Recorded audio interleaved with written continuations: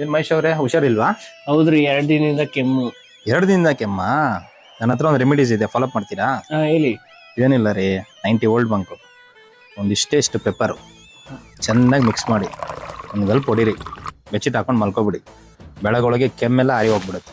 ಹೌದಾ? ಇವಾಗ್ಲೇ ಟ್ರೈ ಮಾಡ್ತೀನಿ. ಈಗಲೇ ಟ್ರೈ ಮಾಡಿ ಹೋಗಿ. ಓಕೆ.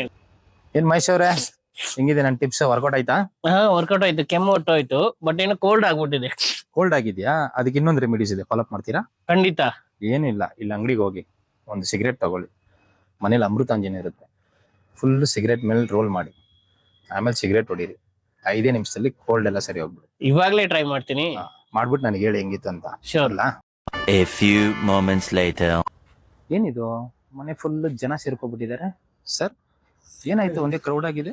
ಮಹೇಶ್ ಅವ್ರು ಇದಾರಲ್ಲ, ಹೌದು. ಏನಾಯ್ತು? ಮೈ ಹುಷಾರಿಲ್ಲ ಅಂತ ಹೇಳ್ತಾ ಇದ್ರು. ಹಾಸ್ಪಿಟ್ಲ್ಗೆ ಹೋಗಂದ್ರೆ ಅವ್ರು ಇವ್ರ ಮಾತು ಕೇಳ್ಕೊಂಡು ಏನೇನೋ ಮಾಡಿ ಹೆಚ್ಚು ಕಮ್ಮಿ ಆಯ್ತು. ಸರಿ ಸರ್. 1 ನಿಮಿಷ ಸರ್, ಅವ್ರು ಯಾರಂತ ಗೊತ್ತಾದ್ರೆ ನನಗೆ ಸ್ವಲ್ಪ ಹೇಳಿ. Music